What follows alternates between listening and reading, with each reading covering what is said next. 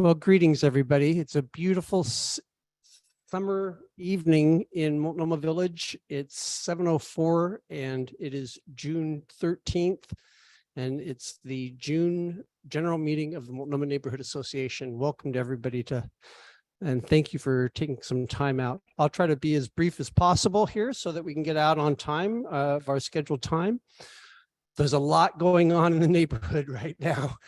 We've got a big event coming up, and I'll leave that to Corinne and the committee community events committee to share with everyone what's going on.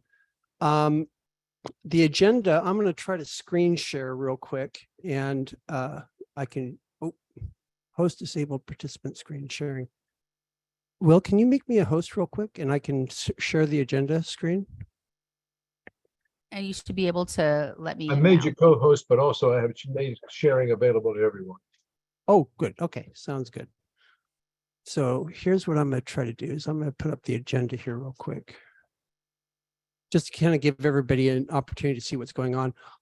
Also, because Officer Derry is here, I do want to give him a few moments to be able to speak as well. So I'd like to give up my time at 7:10. Let him speak from about 7:15 to 7:20 before we get into the community events update. If that would be amiable to everyone. If the agenda, is there anything that needs to be added to the agenda that is not on, that isn't being seen, let me know and we can add it into new business when we get to that point in the meeting, okay?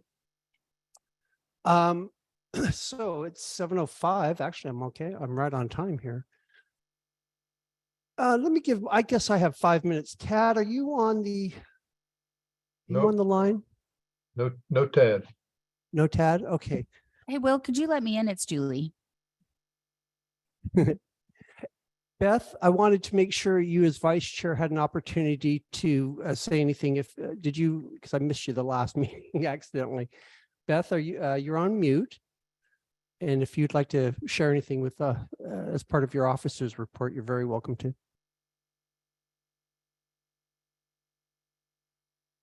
Hi, everybody. Thanks, Moses. I did want to just mention that we have started, last month we started a civic opportunities bulletin that will go out every month in the middle of the month between when the messenger goes out. This is just going to be a reminder to people that is focused just entirely on ways that people can participate in the neighborhood or in a larger civic event. Today we put out the whole thing was just devoted to the street art event, and I hope you all like it. I hope people come. I hope people volunteer, show up, and enjoy themselves. Next month we'll focus on the Multnomah Days. Agreed. That's all. Okay. Hey, Beth, was that the civic Yes. Was that the civics opportunity bulletin for June? Yes. Yes. It was beautiful. I will share it with you. It was thank really you. well done. Yeah. Thank you very much. So if you all have ideas about things, or find things that you want included in that, please email me at the vice chair email. And one thing I love about this newsletter that you've coming out here with, Beth, is that it's where we can put action items for the community, ways for the folks to get involved in the community. That's the whole purpose of the email. Civic opportunities. Yeah, it's not just information for people to receive. It's like, oh, let's go do this. This is exciting. Let's go do this. Right on. I like it. So, okay, well, be on the lookout for that in your email boxes at least once a month, and we'll continue with that. Thanks for your work on that, Beth, and we'll do it again. As far as the treasurer, Tad is not here right now. We are solvent. I can safely say that. It's interesting. We are just beginning to begin the steps to fully document all of the necessary financials for a 501c3, and they're in our treasurer's competent hands, Tad, I know that he's also working part-time, full-time with his new with his new venture, entrepreneurial venture. So that probably explains why he's not here right now. So anywho, and Julie, do you have anything that you'd like to add to your part of the report? Is there anything to comment? Not that I can think of at this time. Very good. Okay, well, we're right on time at 7:10. Officer Derry. Hello. Patrick. Good evening. Hello. Patrick, will you talk to Officer Derry for me? Yeah, hi, Officer Derry. Nice to see you. Thanks for attending. Absolutely. Thanks for having me. Yeah, sure. I think we should just go to a Q&A, but I do have one comment / question to start it off, and that is, I'm so impressed with how our neighborhood has stepped up with these community events that Moses and Beth just highlighted, and thinking about all the things we've been doing. We did the storm water facility painting. We did a trash pickup, the street painting coming up. I can't remember all of them, but it seems to me that all of those activities are really melded with public safety and frankly, prevention of crime, property crimes and that kind of thing. It creates an environment where that becomes less likely. Do you agree? I'm not putting you on the spot. I hope you agree. No, absolutely. We've all heard of the broken window theory, right? The vacant house on the side, when a broken window gets busted or something gets busted out, nobody takes care of it, another window gets broken and people see that no one cares.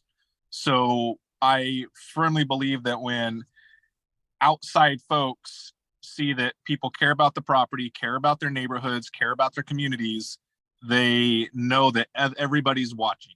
Everybody has a vested interest in it, and so they are a lot less likely to go out and try to criminalize and victimize the folks who are constantly watching. And so I have folks, I'll go to calls and they call us and they say, hey, I saw something suspicious, and we get there and it's nothing, and they apologize. Don't ever apologize for calling in something suspicious, because the one time that it's something serious, we need to be there. So make the phone call. I know non-emergency is a pain and it's a long wait, but make the phone call. Go online, make the report online that you saw something suspicious. Be a little dot in the little crime maps that, hey, there's things going on here, to bring it to our attention. But yes, investing in your community, pickups, activities, things that just show that our folks are outside, they're doing things, they care, is definitely a help. Great. Well, I don't know if the group has questions for Officer Derry. This is Will. I have a question, if I can. Certainly. What are the trends in criminal activity in Multnomah area right now? Well,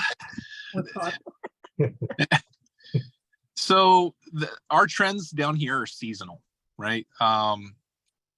Right now we start to see a little bit more in the uptick in certain neighborhoods of things being stolen out of cars because windows are left down because it's getting warmer. It's hard. Our Southwest neighborhood has more resident specific stuff. Like we have, disturbances, things along those lines. We don't have specifically, we'll have upticks every occasionally. Someone will go down a dark road and break in a whole bunch of cars, break out some windows, steal some things. We have some areas where a car will be stolen more frequently or dumped more frequently. But in Southwest, we don't have a whole lot of rampant time and time again type of crimes. We're fortunate that way down here, but we don't see things. We'll see break-ins in the wintertime and when it gets rainy. We'll start to see property theft as people start to leave stuff out on their lawns, bikes, things along those lines. So just be aware of property and where you leave things sitting, and bicycles, things along those lines that we'll see taken more often in summer. Thanks. Great, thanks for that. Other questions from the group? I have one, well, we can make it the last question if that's, is that okay? The city just passed its anti-camping ordinance, no overnight camping. Right. Nobody knows how that actually is going to affect the city, the neighborhoods. There's some theories, I guess. What is your take? What do you anticipate? And maybe a more pointed way to ask that is, what are you preparing for when that ordinance is enacted or implemented in July? Excuse me, Patrick, do you mean no daytime camping? Did I say It's no daytime camping? Yes, I said nighttime. Sorry. Yes, thank I you. understood. I understood. No nighttime camping, right? So your statement, no one knows, is spot on. We have received zero direction on where that's going to go because it's passed the city council, but it has not passed. It hasn't gone through like a implementation, a planning phase, anything like that. There's been no information passed down to us. And I knew we were having this meeting tonight. So I asked my sergeants last night, like, have I missed something? Is there a memo somewhere? Have I missed an email? What direction are we going? And we have, as of right now, we have zero instruction because there's so many questions from our standpoint. It's like, what are the penalties going to be? Are we writing citations? Are we confiscating property? Are all the other agencies who are going to be involved with enforcing this prepared? Because if we start confiscating property, where's it all going to go? Our property room cannot house all of these, all the property. Are we going to write warnings first? Do we have to post? We don't know. I guess is the short answer. We just the instruction hasn't come down that far yet for us to know what kind of direction we're going to have, what kind of teeth, so to speak, we're going to have to enforce it. Yeah, nothing yet. So we're waiting on that because there's a little bit of anxiousness behind it, right? Like where and how and what. So yeah, I guess something's bound to change. Yeah. Amanda, eventually. you have your hand raised, but you're muted. You have a question? No, call on me yet. First of all, officer, thank you so much for your service and thank you for being here at this meeting. It means a lot to us.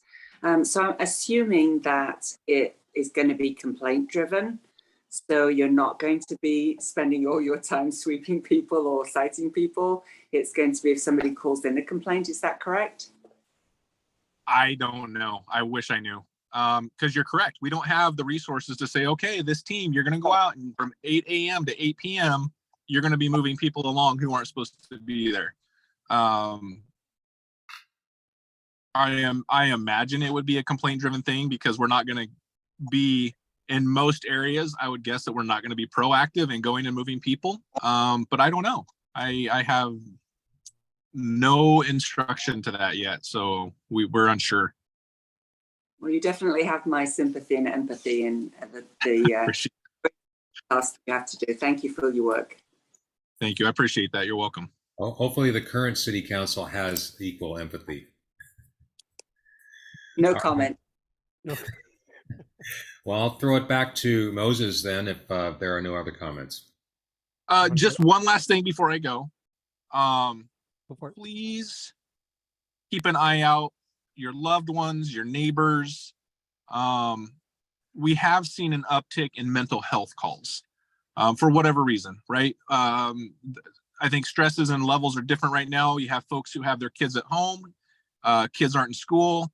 A lot of the youth today, they rely and depend and interact so much with social media, and they get a lot of their, whether it's positive or negative feedback from there. And so check in with folks, check in with everybody. If you see things that are just kind of out of behavior, just ask, are you okay? And listen, right? We so often in passing say, hey, how are you? And then we just walk on our way. Take a second to stop and listen to folks and just see really how are they and to make sure they're okay. We all need to check in with each other. Things change drastically in people's lives and sometimes we don't know. So I just want to make sure everybody's keeping an eye on your loved ones and friends and doing those things. Thank you for saying that. Absolutely. Right on.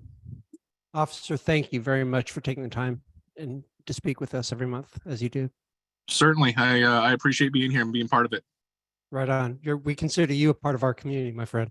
Thank you. Absolutely. Thank you. I feel that way. All right. Y'all have a good evening. Okay. Take care. Bye-bye. All right. Hey, so after that, let's get into committee reports because we've got so much going on. Corinne, I know you're back there. Hello, Moses. How's it going?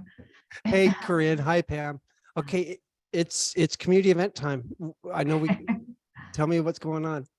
I'll get so just going off of your agenda, starting with the painting of the stormwater facility. And I thought it might be good to have Patrick share a little bit about this if he's available, since he was there, and kick off a little bit. And Moses was there as well with BES and painting the stormwater facility or the rain garden in front of the post office on 40th and Multnomah.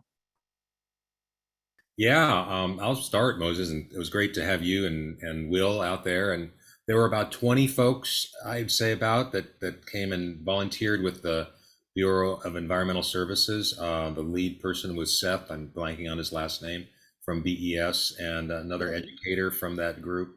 And it was great. They had great instruction and gave us a history on what rain gardens do, and they're really amazing resources with collection of water from developments up on the hills that don't have maybe adequate storm drainage, but then pool in these basically mini reservoirs for mitigation of flood and also purification of water. And so we painted salmon and frogs on the both sides of the walls. They're a little hard to see if you're driving by at 40 miles an hour, but they're very adorable. And I put a couple pictures on my Instagram, and maybe we can get a couple for the M&A site or our communications as well. But it's really a great event, and very fulfilling to see. It took us a minute to get into it because painting a concrete wall with stencils isn't like a skill set that we all have. But once we got into it, it was really fun.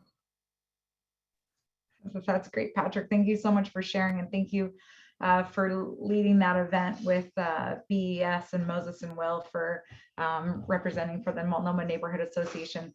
Pam might be able to speak to a little bit better, but BES reached out to us when we started to share our goals with the street art project for the mural intersection painting, and he reached out to us for some help in finding some volunteers for that event. So it kind of got rolled into our project. I'm going to step away for a second. I've got a kid. I have a question about that. Do they plan to do more bioswales, or is that the only one for our neighborhood? I have a public safety question about those. We don't know right now what the future plans are for potentially having more. Okay. Moving down the agenda with the street art project coming up on Saturday, June 17th. We've been planning this grant funded project through Civic Life for the last 6 months, and here we are just less than a week away from actually putting paint on the ground and bringing this project to life and building our community up. Oh good, Pam has the schedule up. So I'm just showing on our website right now, and this is the schedule for the event on Saturday. Mm-hmm. So we are in this stages where we're collecting all of our supplies. Our paint order is in. We have a plan to pick out that up. Home Depot has donated the supplies that we need for actually painting. Where we're falling a little bit short is providing food for the volunteers and hopefully bringing some potluck element to the event so we can feed the volunteers who are coming out throughout the day. We've recently added a couple of musical acts to our day, which will be an awesome way to celebrate it and to bring some festivities to it while people are out there painting and close to wrapping up the painting portion of the day. So we're in the final week and the final push. Pam, do you want to speak to a little bit on where you're at on where we need volunteers since you've sure. So the screen that I'm sharing right now is the link that you'll find anywhere in any of the materials that have been shared about this event, and it's a public Google spreadsheet that anybody can edit to add their name if you'd like to sign up for something.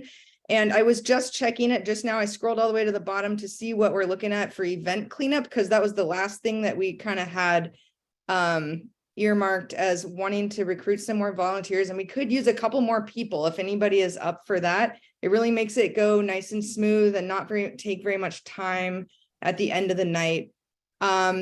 Corinne was mentioning the potluck food sign up, and that is right here. So kind of close to the bottom on this sign up sheet.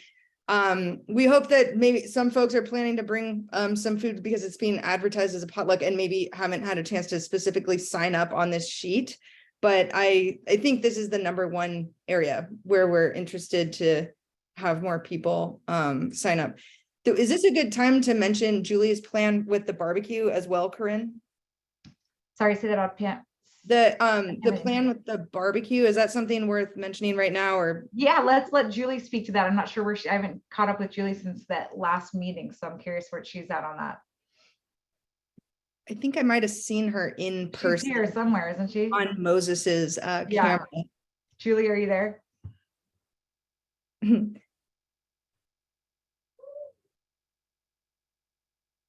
Where is, I don't see the. Maybe we can let her jump in if she. Yeah. Just if you're ready, Julie, if you want to jump in, please just interrupt us and we'll go back to the barbecue. But the idea was that she might be able to bring a barbecue at 6 o'clock to kind of jumpstart the potluck portion and be grilling some burgers and that kind of stuff. Our painting shifts are filling up, which is great. And is there anything, I think maybe we hit kind of the high points of the stuff that we need at this point, but as you can see, it's a long event. It's 12 hours. So people will be coming and going, probably staying a couple hours at a time and kind of choosing where they want to get involved. And in the evening program, it's going to end with keynote speakers from 2 guest speakers from out of state. They're coming from California, from City Repair's sister organization called Placemaking US. And so we get to hear some exciting stuff about placemaking from them. And it's going to be a full day. We've got folks loaded up. We've got kind of a separate, what we're calling lead coordinator, like shift sign up that is separate from what I just showed you. It's just what the planning team is using. And so we're going to have maybe 8 to 10 folks who have kind of signed up to specifically be leading stuff for a few hours throughout the day. We're going to have those folks communicating with each other like on a group text or something similar throughout the day. And I think Julie is able to bring some nice looking vests for us to wear. So we should be able to be easily located if folks have questions about what's going on throughout the day. And if there aren't any other questions about the mural painting event for the June 17th, we did have one other thing on our agenda to talk about, which is actually the final event in the Street Art Project event series, which is a walk on July 2nd. So I'll pause just for a second to see if there's any questions or comments about the June 17th mural. And if any questions come up, please just email us, or we're out here working on it. Happy to help get you plugged in with something or answer any questions. So we'll just take a couple minutes here to introduce the idea of the July 2nd Visioning Walk. So we're calling it a Visioning Walk. It's hosted by the MNA and City Repair. The point of it is to go for a walk about an hour or so around a few points of interest in the Multnomah neighborhood for the purpose of brainstorming as a group and kind of with the facilitating of City Repair to envision the future of what some specific public places could become if we wanted to creatively repurpose them. So right now we're in kind of the public commentary phase. We've been trying to reach out to folks and just solicit input. This is kind of what we'd like to ask you tonight. If anybody feels like speaking up with an idea or two, or if you think of something, email us later. But what we're asking for is, do you have any suggestions of a spot that could use some attention and might be ripe for some repurposing or a project of some sort, maybe like, next year at some point in the future. So I'll share so far the ideas that we have on our list. We have 3 of them that have been proposed. We're building a list. The corner of 35th and Falcon is one. If that center area, if in the event that we successfully achieve like pedestrian improvements and part of that slip lane is closed off, that would result in a space that doesn't have much of a purpose, and something different could be done there. Second idea is there was mentioned the idea that there's a neighbor on Spring Garden Street, kind of between Spring Garden Park and 30th Avenue, that's interested in installing like a puzzle exchange kiosk, which is kind of a nice idea. Also, a little bit of a smaller scope for a project. It could be really nice to have kind of like bigger and smaller projects ideas like in the hopper.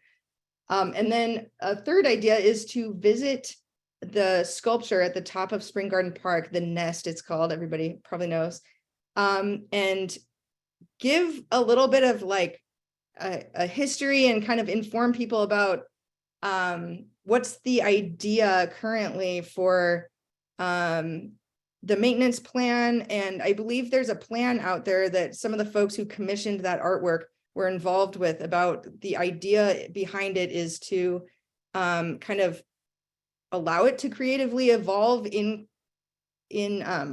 connection with the community. And there's just a lot of talk kind of around that artwork that I've noticed, and it might be an interesting opportunity to brainstorm the possibility of maybe formalizing some kind of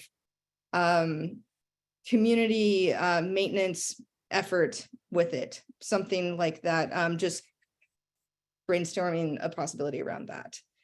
So we've got the Puzzle Exchange, the Spring Garden Nest, and then 35th and Falcon. Is anything coming to mind for anybody else about an area of interest that you'd like to throw on this list? Or Pam, I'm going to throw one on the list myself, and I don't know if this would be part of the visioning walk, or if it's maybe this is a different point of discussion. I think it would take Southwest Trails, but there's a section in the neighborhood that's it's PBOT owned land, but it's been overgrown by blackberry bushes. And I think if we had volunteers out there that completely de-weeded it, we could have a path that connected, I think it's 37th from let's see, from Canby down to Logan, maybe. It's an interesting path, but maybe it's something that we could visit on that walk. But just trying to get people on this call or on this meeting to think broadly that and get creative on different areas we could make a positive impact for our community. Am I muted or muted right now? No, we can hear you, Beth. Okay. I have a suggestion that you change the name of the walk to Imagining instead of Visioning. we can do that. Yeah, Thank you. sure. Then it becomes, not ocular centric. Sure, Mhm. that makes sense. I also have a location suggestion. This is Wait, Moses. one thing, I have the suggestion, the whole idea of the walk. I want you to know that. Okay, Moses, I'm sorry, I interrupted you. Oh, no problem. Yeah. I wanted to mention a location right there where the Headwater apartments are on Southwest Marigold, I believe that is. They've been having some challenges with crime lately as well. This is the street right behind the Chevron, where those Headwater apartments. That's right, exactly. They could probably, I bet they would really get behind some sort of an art project or something to try to mitigate the challenges they've been having. Thanks for that suggestion. And I think I remember that from a prior meeting discussion. So that's a nice idea to put it on this list as well. Good. Okay.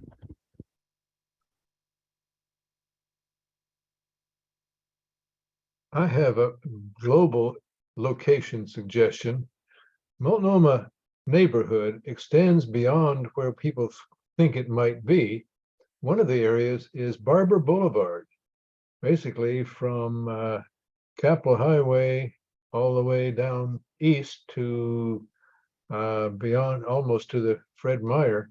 And there's a whole lot of commercial area that's kind of weird looking and has possible way of being spruced up. But focusing on the southeast part of the neighborhood might be a way to make some improvements there and bring them into more recognition that they're part of the neighborhood. Hey, well, this is Julie. Yeah. We received community input. If anybody's familiar with exactly where Will's talking about, I don't know if you're actually teeing this up for me or not, but there is a giant, I actually walked it and I didn't realize how big it was because when you're driving at 35 miles an hour, it's a lot shorter. But across the street, basically from Taco Bell, as you leave Taco Bell, not that I'd eat at Taco Bell, but if you were leaving there, across the way, Oh, I would love. there is this giant wall and it's actually 2 stories.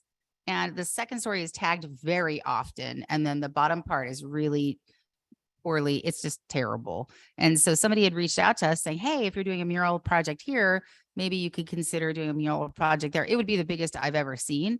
And it kind of stuns me, but there is a art grant called RACC. And if anybody actually knows about it, chime in because I'm doing it badly, but it's Regional Arts Coordinating Council. Yeah, definitely.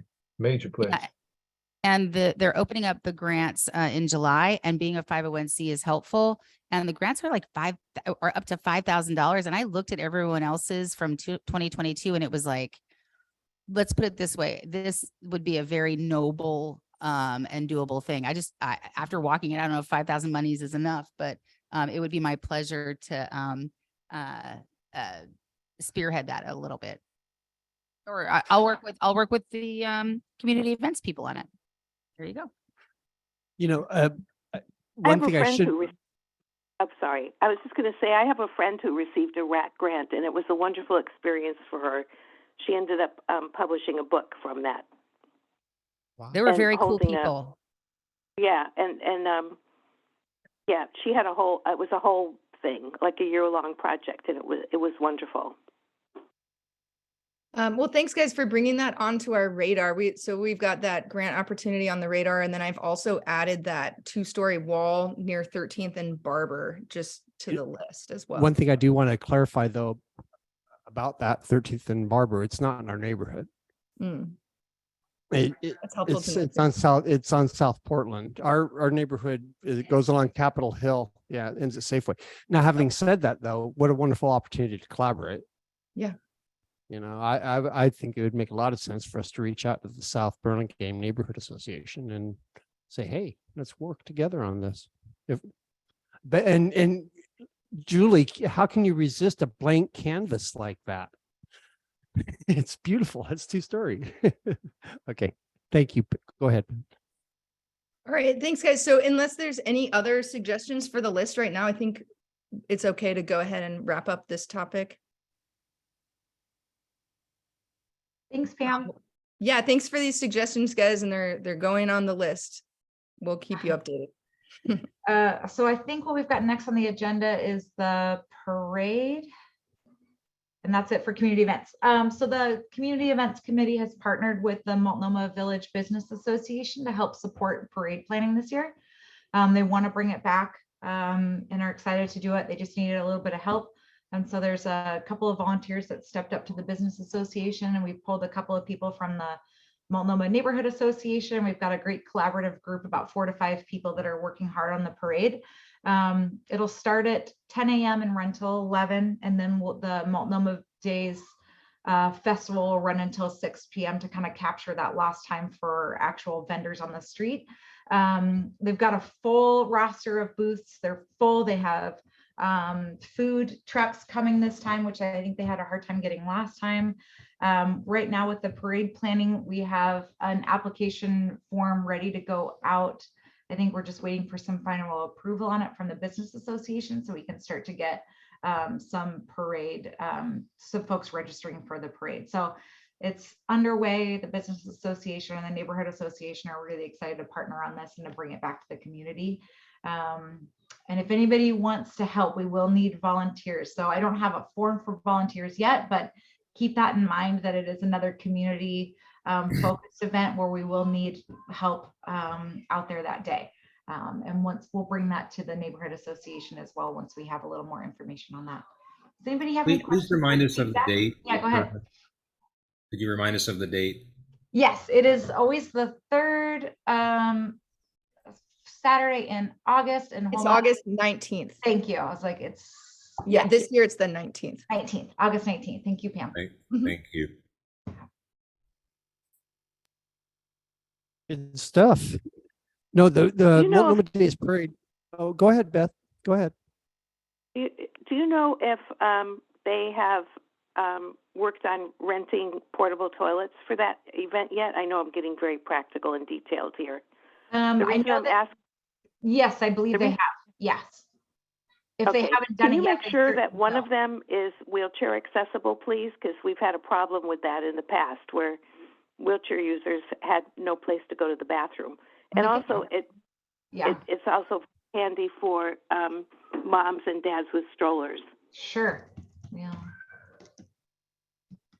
I've seen those before, those types of porta Yes. potties. I They're just a will little take bit that more- back to the Business Association. We meet with them every other Tuesday. Awesome. Thank you so much. Thank you, Beth. Ryan, Hey, Corinne, have you gotten a, what's it called? Not an MC, what's it called? The The Grand Master of Marshal? Grand Marshal? Not yet. We were supposed to meet on Monday, but the meeting didn't happen on Monday. So we'll touch base hopefully tomorrow night with the parade planning. There's been a couple people that have been brought up, but we don't have anyone confirmed yet. And if you have suggestions or contacts, we probably would happily take them. I had talked to another community member, and she immediately thought of, and I'm going to butcher it, but Mr. O'Connor, is that right? Maybe he was the owner of Oh. O'Connor's before. I guess he used to be Yeah, and he in that role in the past, and Oh, I don't yeah. know. Anybody know his name? Steve O'Connor? It's not O'Connor, it's Steve something. He ran the vault for music events. He lives in the condos right near the Volvo place near French Quarter. But I forget his name. It's not O'Connor, but he was Mr. O'Connor's. Be a great possibility. I know who you're talking about. He's the I'll- owner of the place. I'll actually get the name and send it over to Okay. the community Steve events team. somebody. That would be great. Yeah, we need at least 2 announcers and then somebody that will be the Grand Marshal of the parade is what we're looking for right now. I can do the announcing personally, but the Grand Marshal, I still think should be Poison Waters. Another gonna check with- nomination for Grand Marshal is Brooks, who's our UPS delivery guy, Oh Who's my pretty God. famous around Yeah. Multnomah. I don't know if that rings a bell with That- anybody else, Yeah, he's a but real nice guy. he's been. Oh, brought that's up a great as idea. candidate. That's Yeah. a really good idea. I know which one you're Okay. talking about too. Okay. UPS delivery guy. I heard somebody suggest Ivan from the barber shop. I think his business has been there for over 50 years and it's still going. Oh, yeah, yeah, yeah. Ivan the I'm writing Hairable. these down. Yeah, thank you. Even the Good. barber, my goodness, that would be perfect. Okay. Yeah, Okay, that's a great idea. yeah. Yeah. I hope that in 20 years I am at, when they're having this discussion of who the Grand Marshal will be. I hope my name comes up, Oh yeah, I remember Moses. Let's throw him in front of the Yeah. parade. Yeah, I'm Just up put for her any aside if you know you wanna suggestions. do If it. anybody has any other, somebody who really represents our community well and would be somewhat of an honor for him, I'm happy to write down names as we're trying to figure that portion of this planning out. If anybody else has any suggestions, feel free to email them to us as well. I'll put our email address in the chat. Okay, I think that's it from me. And from Pam, anything else, Pam? No, I think that covers it. Okay. All right, good Thank you all stuff. for your great work, Ben, Saturday, and everything else you're working on. Thank you. my normal seat over here at the table is right in the line of the sunshine. So I'm moving over here into the audience. So how about okay, so Pam, Corinne, thank you. I think the takeaway from all of this is if you haven't had a chance to sign up for helping out on Saturday, please do. We've got lots of shifts available. We've got a lot of tasks that are available. And it's going to be a full day but a lot of fun. I'm really looking forward to Saturday. So good stuff, you guys. Let's see. Let's talk about. Sorry, Moses, one quick note. Do we have confirmation on, might be a good time to share if we have confirmation from any of our elected officials that plan to attend? I have, Maria and I had reached out to them, and her and I centered as far as where we all stood, and she was going to do follow-up. Okay. I haven't heard back from her yet. But I gave her late last week, I gave her an update on where everybody was at, and we reconfirmed that where everybody was at, and then she was going to continue to do some follow-ups. Okay, well, we might see some elected officials out on Saturday. It might be a good time to, part of our grant goal was to get people from the city connected to our community, to give people a chance to speak their voices, their preferences and opinions about our and what our needs are. And so that was one of our goals, was to bring some people to the event. We have an invite out to Peabody as well. Sorry, I forgot to mention this before, but hopefully we'll get representation from Peabody at the event as well. Real good. I do know that we had confirmed somebody, what was it, the chief of staff from MAP's office, or was that Rubio's? Well, I better hold off. But point is that we did get some people responding, but Maria will be able to confirm everything before Saturday for sure. Hopefully within the next day or two. Sounds great. Thank you. Okay. Do you have the agenda by chance? Oh, okay. It's Will. Okay. Next up is equity, and Will, let's talk. I have you down for some an update on the Southwest Equity Coalition membership that we've done. Definitely have update on that. Also, before we start, we want to recognize that we no longer have a one-person equity committee. Beth Omansky has agreed to come on board to broaden the definition of equity away from just race and stuff. But we also have had some major expansion in our equity efforts. We've been looking at how do we get a broad-based equity in Multnomah neighborhood, and racial equity has been a real weak spot. We have a pretty or very white board and active membership. And when we joined SWEC, Southwest Corridor Equity Coalition, this is a multicultural group which is devoted to racial equity and to some extent income equity in the Southwest area. It is a broadly represented with people from almost every community in the area. And when we joined the SWEC coalition last month, when I introduced it, I said a few things about the nature of a neighborhood association that some people thought I was endorsing a rather elitist group and took some exception to it, which quite rightly. That wasn't what I was doing, but it came across that way. And I started talking with the people in SWEC, and they want to take the whole issue of equity and refocus them on it, and refocus working with neighborhood associations to have effective racial equity commitments, which is really cool, because this has been my lifelong commitment, and we're going to be doing it. One of the things they have been talking about is how do we do that effectively?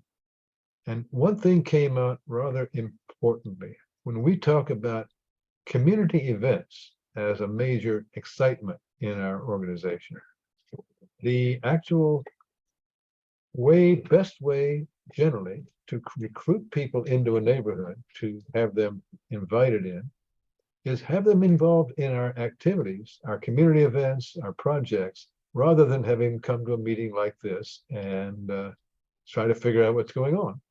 So that's a really good idea. And the focus will be working on that. Because of the connection with SWEC, we will probably be able to add more people to the equity committee and to our board, and people of color representing the various communities in Southwest, which is really cool, in Multnomah, and do it in a way which is culturally responsive and respectful of the people involved. As in my vision of equity is really simple. It's being extension of being a good neighbor. It's something everyone has skin in the game and stake in. And it's something that is broad-based. It's not just racial, not just economic, not just religious. It's everybody has a stake in treating each other with respect and fairness, okay? Now, along those lines, I talked to Mohamed Al-Najjar, who is the manager of SWEC, really good guy, about what could we do. And he had a couple. My name is Robert, and got a couple of points.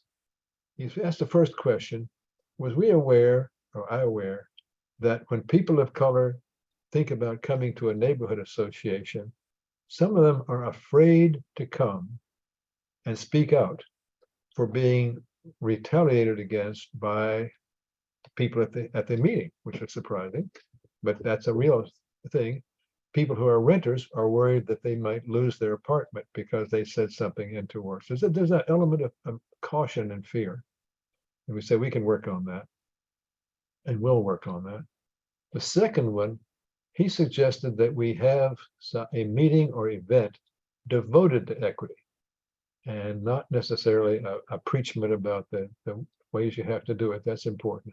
But a way where we as an organization spend some time and energy becoming more equity focused. So when we talk about an equity lens for our things, we put some specific meat behind it. It's really positive. The whole thing about getting together with SWEC has become more than I had hoped for in terms of building a genuine relationship with the multiple communities in Southwest.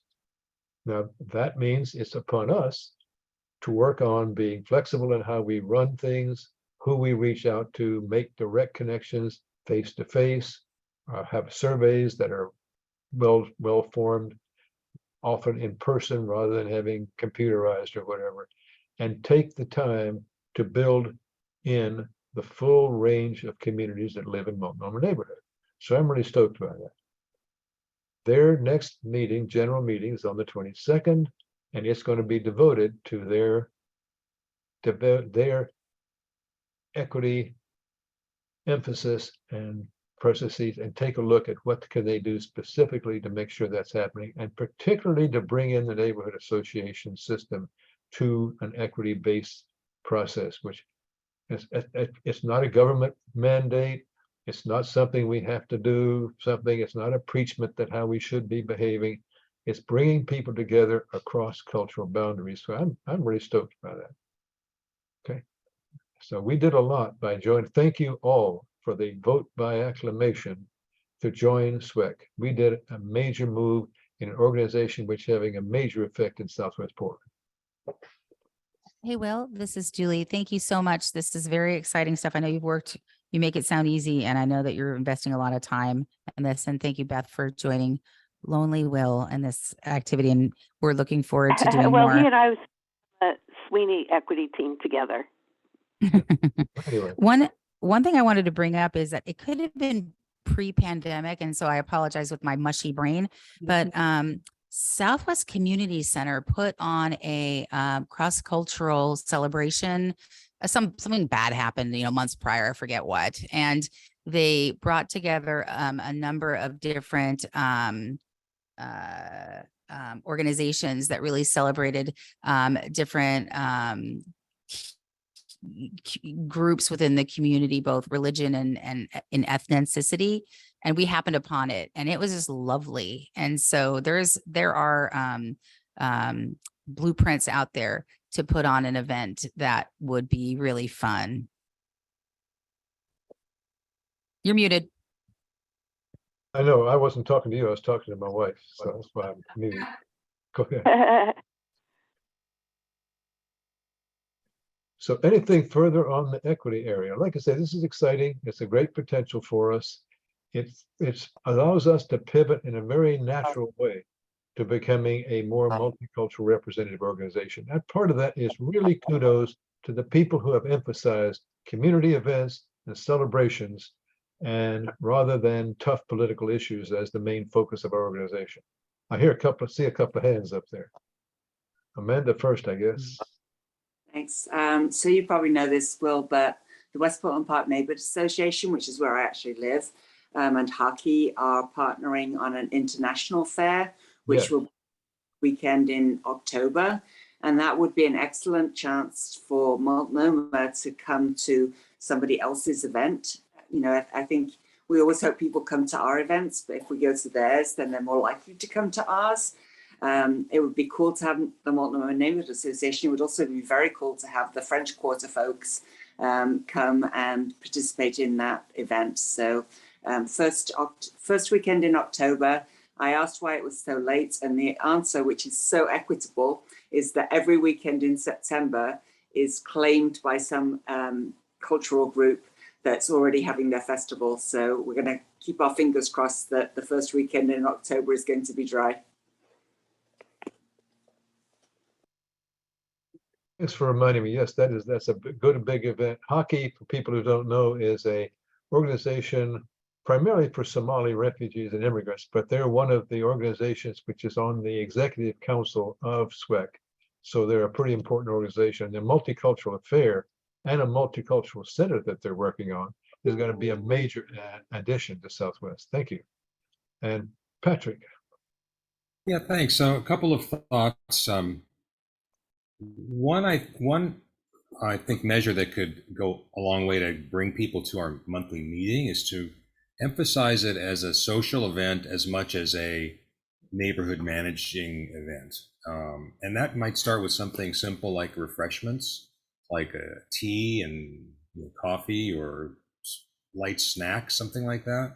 So it kind of like makes it more of a party and less of a meeting, because I think people naturally gravitate away from meetings and towards parties. So, I mean, we have a few $100 and I'd be willing to, and I'm sure other people would be willing to donate some time and effort to bring some chow to our meetings on a rotating basis. The second one is, I don't know how we communicate best with folks on the diversity spectrum, but maybe that's a whole other discussion about our communication strategy, which I think we really need to dig into and expand. But I agree. And I'm not volunteering. I'm just I'm shocked. I had you on the list already. Calling it out, which is personal invitations. I think go a long way. If you know somebody or see somebody or even casually run into somebody that you'd like to invite to our meetings or whatever event it is, I think a personal kind of warm greeting invitation to a meeting really helps people drop those barriers and those those misgivings about showing up if you're personally invited versus an anonymous announcement. And to that end, maybe we should have little cards or little slips, not giant flyers or anything, but sort of like a greeting card or a calling card. Like, hey, I would love to see you at the meeting. Here's when it meets and where, and we'd love to see it. It's a great time. We talk about issues, but we also, it's also a meet and greet for people in the neighborhood because we really want to have a tight knit neighborhood and community here. Those, I think, are two measures that can, I think, expand our diversity platform. I agree. Go ahead. Add on to that, a number of the neighborhoods in Southwest have the yard signs that we put up prior to the meeting, telling people that it's happening and how to log in. And we've had, in West Portland Park, we've had people participate just because they saw the yard sign. So if we don't have, do we have those in Multnomah? We are actually ordering some as part of the street art project. We've got signs coming that will. So yeah, great idea and very effective. Yeah, it really works because we can't talk to everybody in the neighborhood. everybody needs to know they're invited. Right. Well, good. Well, we're gonna have, this will be an ongoing discussion for sure, and we'll, of course, you'll let me know when. It's obvious I need to go to some of those SWEC meetings or some of those affiliated meetings to start that introductory process. You know, if anything, just to introduce the neighborhood to the members of SWEC. I think that would be a first very important step. So Absolutely. I already know a couple of SWEC members that live in Multnomah. One is a woman named Nuhamin Aiden, who has been active in SWEC, but now is doing a higher level position, the organization she belongs to. And actually, Terry Prigg Rigsby is actually involved in SWEC and in Unite Oregon. I'm sorry, in hockey. I'm sorry, she's the vice chair of hockey. So we have connections already, but absolutely, these meetings, as far as I know, are open to other people, not just members, and certainly any officials of a member organization are always welcome to be participants and delegates. It's not I am the one representing Multnomah. Multnomah as an organization can have anyone that's appropriate come to a meeting, especially when there's work to be done, because there are projects that they have. One of the things they did, which I think is a kudos to this organization. This is pretty well a not very large organization, but the the West Portland Town Center plan had a lot of parts around equity in it. To develop the West Portland Town Center is the area around Barber Foods and that intersection of Capitol Highway and Barber and so on. And it's ripe for development. And SWEC has said this development has to be equitable, maintaining the lower income people already there, as well as the usual gentrifiers. And there was some pushback, as can happen in a plan. So let's water that down. We don't need all that stuff, blah, blah, blah, blah, blah. And they voted, the commission for the West Portland Town Center plan actually withdrew those amendments, kept the equity parts in, and they passed the city council without a ripple. So a broad-based organization of people with a lot of cultures had some real political clout, which I'm sure you can appreciate, Amanda. Among others. Okay, that's it. Thank you. great. Wait a second.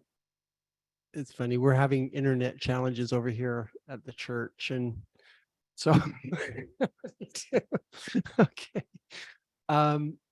Next up, Beth, and public safety. And then after that, we have transportation, old business and new business, and we're out of here at 8:30. Okay, so Beth, do you have anything? Yeah, regarding the headwaters, I received the email that came to Will, to you, and to me, and I will be following up on that to see. I'm going to call Jane myself and make an introduction with her and see exactly what happened and what they would like from us. And then I will keep you all posted about that. And the other thing I wanted to say is in regard to Officer Derry talking about call. If you see something suspicious, call. If you think there's a problem, call. And this is I'm going to keep it as short as I can, a personal story where I was assaulted by a neighbor who assaulted me and my dog. And when I got back home, I thought, well, I'm safe and sound in my house now. Maybe I don't need to call this in. And I did end up calling it in, and the officer came out, took the report, went and talked to the neighbor, blah, blah, blah, blah, blah. But what happened as a result of that was that Adult Protective Services knocked on my door one day. I never knew that the police department, if you're a person of a certain age, the police department will refer any reports like that, abuse of a senior citizen, to Adult Protective Services. And so a social worker knocked on my door and helped me get mental health counseling, whatever, all sorts of things to help me through that whole process. And I think that's a really important thing that people just don't know about. Like, I never knew that would happen, and I was really glad that it did because it helped me a lot. That's all. I think it should be publicized more.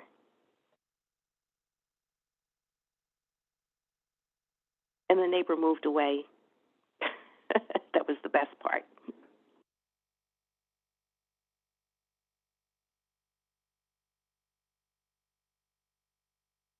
I'm going to step here because it looks like we lost our host. So I will jump in here for a minute. It looks like Moses got disconnected due to internet service errors, is what he mentioned. I think transportation was next on the agenda. I don't have it right in front of me at the moment. Yes, it is. Yes, thank you. We have the Capitol Highway ribbon cutting ceremony coming up on July.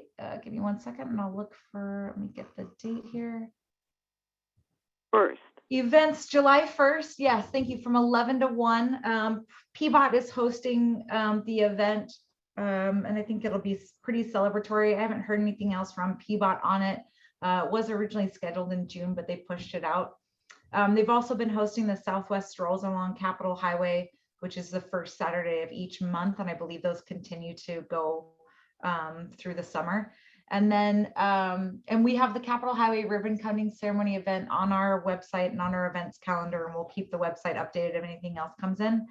And then the other thing I wanted to mention on transportation is that there is a Southwest in Motion implementation survey. I'm going to post it in the chat right now. It's also up on the M&A website. But they're asking for feedback on the Southwest in Motion project and what's coming up next in our neighborhood. So if you'd like to take a minute to fill that out, to give input on how you'd like to see the future projects get rolled out, that's a great place and the best tool we've got at the moment to give that feedback. And that was just sent to me by our PBOT partners today. And I think that's all I've got for transportation. If anybody has any questions, I'm happy to take notes and get them to Steph in our transportation chair. Or if anybody has any questions on those two events, I'm happy to do my best to answer. Nothing. Okay. Next up is old business. Do you know what that is pertaining to, Will? What we've got for old business? Don't have any details more than you see on the agenda. There's nothing there under old business or new business. So we, until Moses, oops, here comes Moses. He's coming back. So let him in.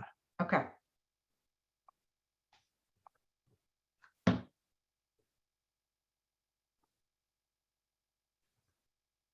Hi, Moses.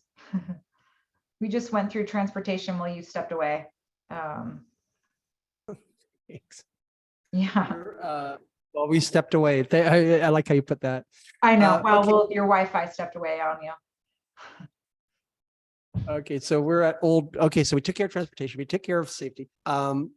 Did we ever give a summary of what happened at Julie? We didn't never talk about the watershed or the. Oh, never mind. Okay. The painting of the water. Oh yeah, we did that. Okay. Okay, thanks, Patrick. Okay, old business. Is there any other old business or any other issues that we need to add to the old business part of the agenda tonight? I think we've covered just about everything in our reports. This is Will. I don't think of anything. We have not mentioned the SRV, Safe Rest Village. They are planning a barbecue celebration of 1 year being there. And as part of the Safe Rest, what is it? The SRV GNA CAC, which is the Good Neighbor Agreement Committee, Citizen Advisory Committee. When I was there, they were talking about what can happen. By the way, a very positive meeting, nothing much substantive, but a lot of feeling that, yeah, we were really pumped. They suggested it would be nice to reach out to people who have not been heard of that might have concerns about the SRV, to let them know that we're listening. And also people who have liked the SRV, but not on a huge basis, just one-to-one, person-to-person. As this is something, I think you were not there, Moses, when it came up, but the idea Patrick was talking about the importance of person-to-person contacts in getting people involved. And I couldn't agree more. So that something like that would be along the line. If anyone hears of anything, we will let you know when the actual date of the celebration is. Hey, Will, one idea is how could M&A bring something to that barbecue, Yep. whether it be games or, can we help support them? Because I would love to get a tour of the place. I would love to, connect a little bit more closely, and I'm sure other people would as well. And the M&A could Well, somehow help. it's interesting what we've got. We've got a wonderful connection to the SRV. We've got two wonderful connections. We've got Will as a member of the Community Advisory Committee in direct communication with all the folks. But then also we have the Friends of the SRV and Robin Schaffler's work. So we can ask them, and they have their connections as well. Yeah. So, but let's expand on that. I think you're right. I feel that M&A certainly has a role there that we could play to participate somehow in that barbecue. But I think we just have to figure out how. Yeah. And the best way to do it, and then go from there. Oh, If I may throw a caution Yes. in there, we've been very careful throughout all this for the neighborhood association to remain neutral on the whole topic. oh, bless you, Beth, for saying that. You're absolutely right. My altruistic. Through this. I mean, you treaded Well- some very delicate waters to make sure we remain neutral. Yep. Agreed. Even and yeah, enough said on that. I do want to bring up one other issue too, and that's our ice cream social that we did last year. That we did that in relation to Party On Portland, that Yes. program through Civic Life. And I know we've got a bunch going on, but I need to put that back onto our radar to see if we want to do a second annual. If we do, we've got it. It's coming up. That was our first initial community event when I think I'll jump in a little bit. I'll say I think we could probably do some kind of summer block party or a summer park party. But I caution that I think it might not be ice cream this year. We might need to do something slightly different, but I think we could do something. Yeah. Well, yeah, maybe not ice cream necessarily. I mean, ice cream and bananas was an interesting combination last year. They definitely did. Yeah. I think we should definitely put it on the radar. And if anybody here in the meeting has any ideas or would like to jump in to help kickstart that as well with the community events committee, we'd love to take suggestions or ideas for how we can keep it annual, but maybe shift it a little bit slightly this year, I would say. Agreed. Corinne, this is Julie. I was say exactly the same thing. The most important thing is that second annual part. I hesitate to put it the week before Multnomah Days because I think some of us on this M&A might have a heart attack and die, but we could figure something out on calendar. Yes. And if anything, we maybe, I mean, considering it's part of that Party On Portland program, which is really meant more for block parties in the neighborhood versus what we were trying to do, doing a big party for the neighborhood. Does that make sense? So maybe we can find an option where we're still doing something, but we're not distracting from Multnomah Days. And that was a good point. That was a week before, and we'll be busy enough during Multnomah Days putting on a parade. Oof. If I may pick up on Multnomah Days briefly, this is not quite our new business, but the SWEC people were going to have a booth at Multnomah Days, but they waited too long and all of the booths are taken and there's a long waiting list.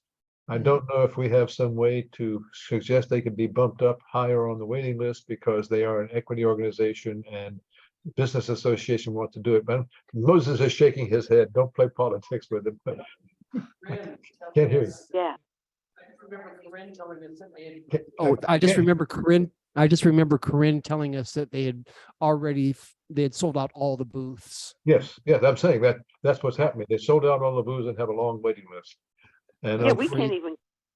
no, we're not even getting it. they can partner with, and the other opportunities that I mentioned, that Corinne had mentioned, like helping in the information booth or other participation, is probably not what they have in mind.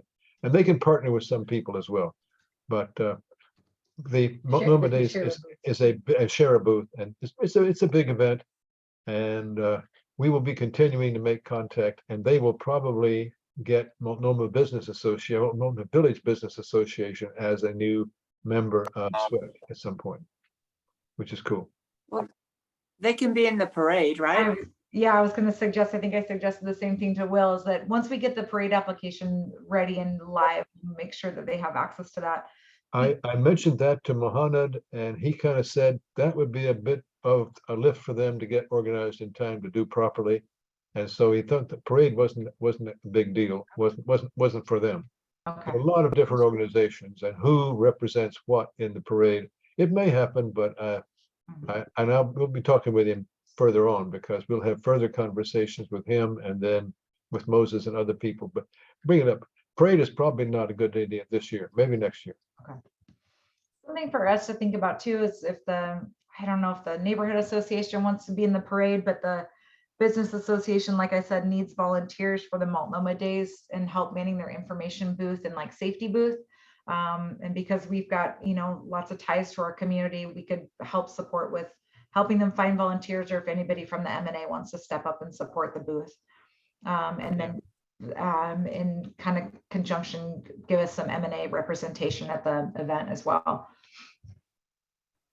And I was just chit-chatting with Julie here a moment ago. She was saying that, we've got, it's not like we're not going to have a presence at Multnomah Days for sponsoring the parade, but if we're going to, and nothing is stopping us from having a parade entry, if we really want to do that. So yeah, trust me, we'll find ways to be involved in Multnomah Days. I think we've taken a big bite out of it this year for sure. One thing I intend on doing, it might not be this Saturday, but the 10 vests that we have, I'll be affixing like a patch with our logo so that we can use it for multiple events. So even if we were picking up trash at Multnomah Days, we'll be represented. Hey, and just to put something else on everybody's radar too. We do have a banner that is down there in the Sweeney offices. We just have to go get it.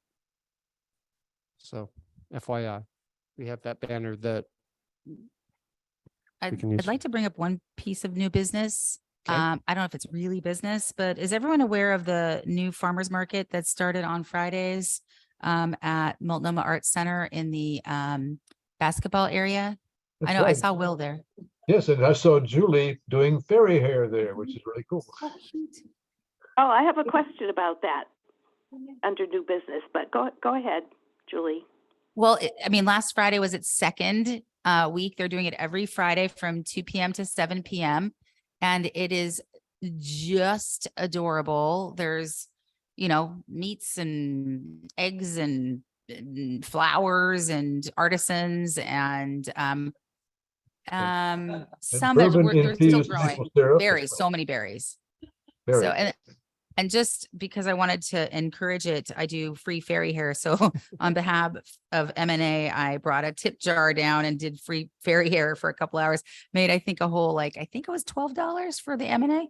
So I'll go when I can, but I encourage everyone to go. And then if we ever had a big message to communicate, we could bring our banner out and bring a table and communicate M&A there as well. See, what I think is exciting is that we're going to be the first 501c3 that is fully financed through fairy hair.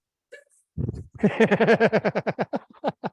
I could mention this. When I saw that on the Multnomah Village page, it looked like Multnomah Neighborhood Association is sponsoring the fairy hair, and I didn't know what that was about. It seemed had no idea what that was about.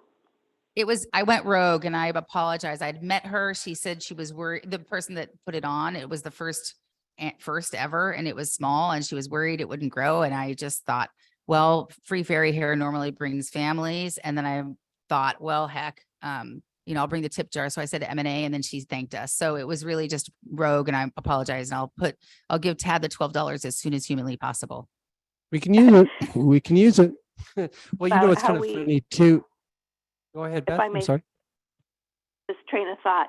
I think on Facebook I know I've made this mistake of, as soon as you look at a Multnomah Neighborhood Association thing on Facebook, it turns you over to Multnomah Neighborhood Association. So if I go to comment on something, I have to be careful to put myself back to Beth Omansky before I comment.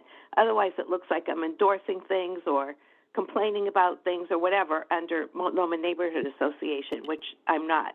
So I think we have to be, Beth? for those of us access to both Facebook pages, have to be careful which ones Yep. we're using.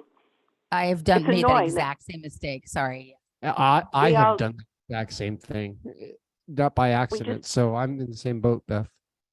I know, me too. It's an annoying little thing that Facebook does to us. All right. Hey, I think we're ahead of schedule here. Is there any other new business that we need to discuss? No, but just on top of that, right when Beth or Julia, whoever brought up the farmers market, I don't know who's organizing it, but I reached out to them and asked for their logo and information and put them up on our M&A PDX events section of the website, and was doing that right as we were talking about it, which is why I shared my screen with their flyer. But if you haven't checked out our new website yet, we're trying our best to represent any events that we hear about that are happening in and around our neighborhood on the mnapdx.org website. And so I just got done adding the Multnomah Village Farmers Market on there. So if anybody has any events perfect. that are coming up, I think we heard recently, I heard about a bike repair, what is it called? Southwest Neighborhood Bike Fair is coming up July 23rd. That's, our next month, but didn't know about it until somebody brought it to my attention. And so we dropped it on the website. So we're gonna do our best to try to keep up to date on what's happening in our neighborhood and turn our website into kind of a hub for local events. And maybe Great. socially as well. Is there a problem with us liability-wise by advertising those things? I have no idea. I'm not a lawyer. Not that I'm I just know of, but I think if it's not our event, like we're either linking to another website to show that it's somebody else's event. We're not stating anything that it's a Multnomah Neighborhood Association sponsored event. We don't own anything about Okay. it and putting it on our events page. I don't know if Will, if you have any thoughts on that, it's not something I'm concerned about, but I also No. wouldn't Do we know need a to otherwise. disclaimer Yeah. somewhere on the page that it's for information purposes only? Disclaimer, we I could don't do know. that. Yeah, Yeah. I'm not a lawyer either, but the point is, we are providing a public service. You could say that. We're providing these listings that are not ours as a public service and Mhm. doesn't imply an endorsement or something like that.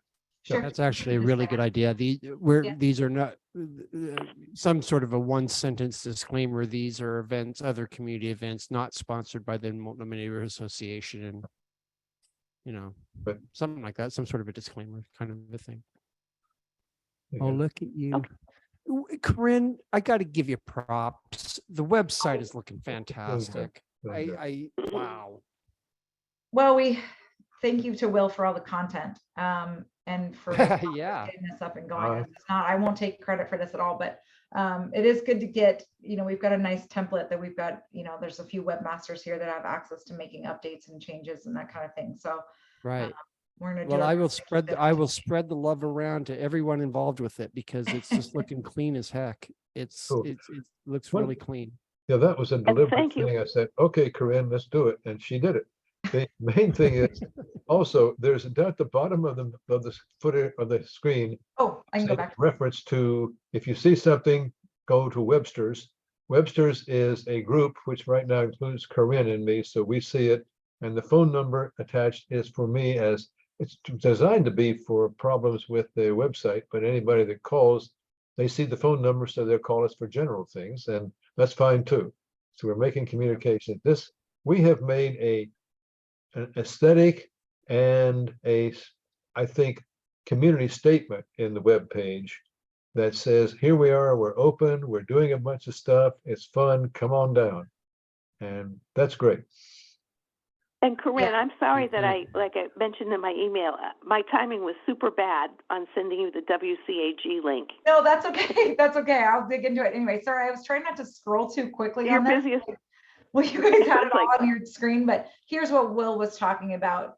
That we have, Will's generously put his phone number on the website and has actually received a couple of important phone calls that we've gotten in touch with people on. And then also, like Will said, we have a webmaster's email now that has come through, but don't worry about it, Beth. We'll dig into it, but next week. Yeah, that's great. Thank you. I just felt so bad. I was just like, oh my God, why did I? That's fine. No, that's an important thing. To recognize that we are sensitive to people's needs of all sorts is another major statement about the neighborhood association. Yeah, yes. Enough. Well, I will say this, though. We are looking like an organization that has its act together with that website. So I like it.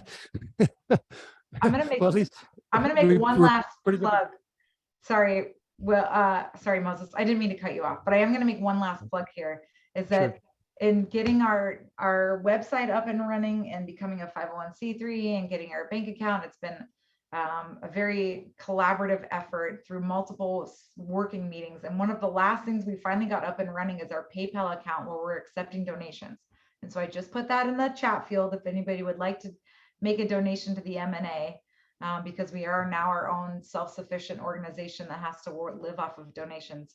I'm not shy about asking for money because that's how we're going to function and continue to bring things to our community. So our PayPal, and I'm bringing this up because our PayPal link just was repaired and we can now actively take donations. And if you provide a donation, if you email us, we can give you a donation receipt. But I just dropped that in chat, and that was my last. And you know, last plug. Sorry, Corinne, I'm sorry to be a party pooper here, but when I click on the donate button, it still gives a message to get in touch with PayPal. We can't get to the pay screen. I had a problem too the other day. Sorry. it works for me. That is bizarre. Well, if anybody's willing to, since we're in this, if anyone's willing to test the link and see if you get an okay link, for me it works. I just did and it didn't work, but And try it it didn't work. Okay. just now. Well, this is a great opportunity to test it. We'll do what we can to fix it. Sorry about that. oh, No, takes that's me to good. my Thanks so much PayPal. for attention. No, it's having me sign in, which is good. That's what it's telling me to do. Yeah, which means that it was processing. I just clicked on the link and it sent me to my PayPal login, which it means that it was gonna take me to PayPal. That's what I'm getting to. Yeah. Okay. We'll work on that. Also, I'm gonna just to put this on the new business radar. I want us to start thinking about fundraising and future fundraising opportunities that we can start to plan on. I'd like to see us within the next year start to have a nice schedule of fundraising events, or at least one good one a year, an annual. And so some food for thought. I know that whenever I think of the fundraising responsibilities here, I think of what I've seen my county Democratic Party do, because that's my frame of reference. And they have all sorts of things going on. They have monthly reoccurring donations that people can make of $5 or more. They have community events where you can go and hang out with other people. Like drag queen bingo was one of the things that we did recently. And then they have these annual dinners, that type of stuff, or annual things, bigger events. And, those take a lot of planning, and they also take a little bit of investment. And I don't think we're there yet. So we've got to start looking at our low-hanging fruit options when it comes to, and then start building up. So food for thought. We're not going to have the answers for it. We're not ready for that just yet, but we will be here real soon. I'd like to see that. I'd like to see how that would work. Also, another thing to put on the radar is the bylaws next month. Be on the lookout for some final results from the bylaws ad hoc committee. So I just put that out there for everybody to chew on. Nothing to be able to share with you yet, because we're not fully 110% done yet, but we will be by the next meeting. Thanks Uh, for coming to that meeting, Julie. I was a little deer in headlights, but thanks for inviting me. Oh, it was great. It was really good having you there. That was an important set of eyes to be checking things over for us, because we get in the weeds on it and don't know what it is going to look like, from an outside perspective. And you brought that in, and that was really excellent. I hope you'll come back again. We have Not our to next draft meeting. you or anything. Not to put you on Not the to spot, distract but you. Well, our next meeting is Thursday at 2:30, by the way. So there you go. Okay, so I think we have completed everything we need to complete. It's 8:28. Boom. I'm 2 minutes early. And our next meeting is on July 11th. July 11th. One quick question. Have we changed the date of the July board meeting? Because it was July Yes. 4th. We said We're 6 gonna- o'clock on the day and the 11th, but is that still the date, or is there a new date? No, the 4th of July is when our board meeting would fall on. So the working solution is to combine our board and our general meeting on the same day. So Okay. to have the board meeting from 6 to 7, and then from 7 to 8:30, have the general meeting. Good. That's the way it is on the Sweeney calendar and on our Zoom link as well. So we're set up. Ah, okay, perfect. And then, that'll be nice and efficient. 3 hours worth of fun and be done. Motion to adjourn. Oh, I accept it and appreciate it. Okay, this meeting is adjourned. Thank you all bye, very everybody. much. Have a Saturday. I'll miss Okay, you. See ya. Take care.